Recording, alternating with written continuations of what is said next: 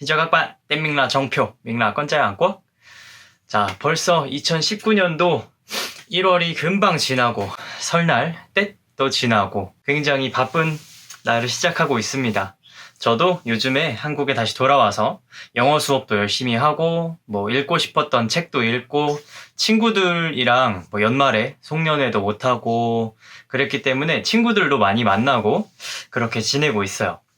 그리고 지난 영상에서 제가 이제 앞으로 서울에서 토요일 저녁마다 이렇게 한국인과 베트남인이 만나서 스터디하는 모임을 만든다고 공지를 했었는데요. 거기에 대해서도 이제 이메일로 신청을 많이 받고 있으니까 지금까지 신청해준 분들도 많지만 또 혹시 동영상을 아직 못 보신 분들은 제 직전 동영상을 보시고 신청을 해주시면 되겠습니다. 그래서 이번 영상의 주제는 바로 LGBT에 대한 한국인의 생각입니다.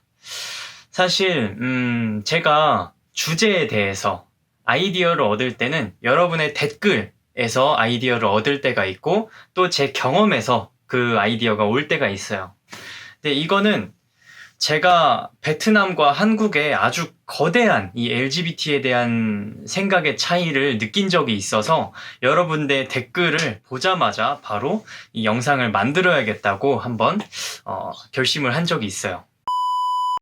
제가 하노이에서 작년에 제가 몇 월인지는 정확히 기억이 안 나는데 아침부터 하노이 음식을 다 먹으러 다니자 해서 아침에 쌀국수 약간 해산물이 들어간 쌀국수 먹고 그 약간 오리가 되다만 그 계란 있잖아요. 오리알. 그거 친구들이 줘가지고 그것도 막 먹고 계란 커피도 마시고 하여튼 여러 가지 엄청나게 하루 종일 많은 걸 하면서 돌아다닌 적이 있어요. 근데 그때 제가 그 친구들에게 이런 질문을 받은 적이 있습니다. Have you ever had a girlfriend? 이렇게.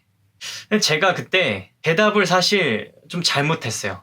Have you ever had a girlfriend? 여자친구가 있었던 적이 있어? 이런 질문을 저한테 했어요. 제가 그때 대답을 Of course!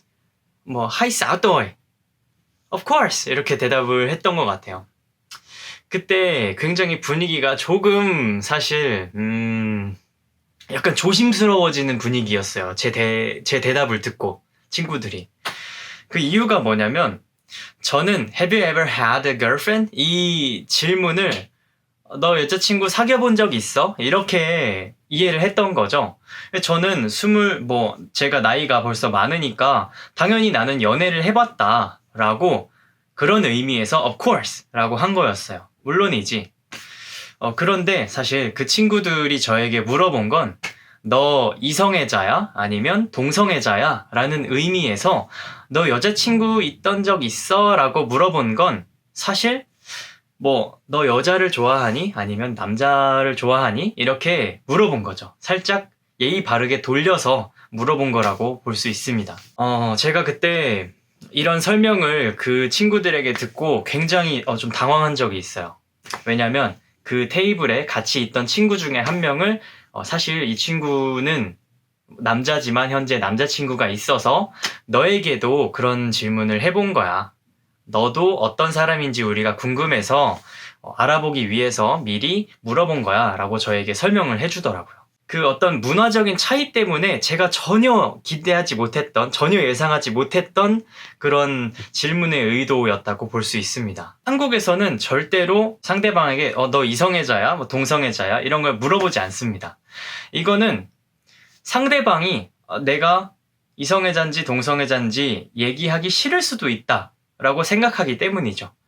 그러니까 누군가가 먼저 스스로 얘기하기 전에는 다른 사람이 물어보지는 않아요.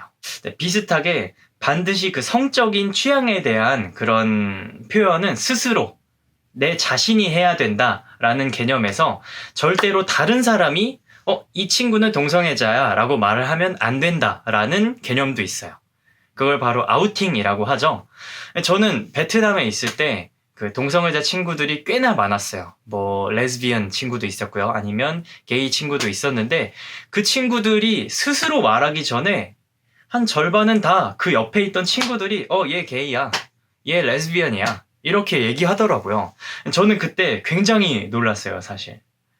그 친구가 동성애자인지 아닌지는 상관없어요.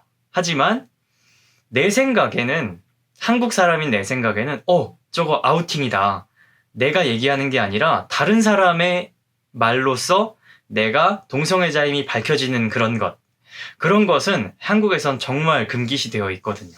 베트남에서 그런 상황에 저는 오히려 이거 저 친구 굉장히 실수한 거 아니야? 이렇게 생각했지만 당연하게 내 정체성은 어떻고 나는 당연히 이걸 얘기해줘야지. 우리는 이제 친구니까 나는 어떤 사람인지 너한테 얘기를 해주고, 또 나도 너의 성적 취향도 궁금해.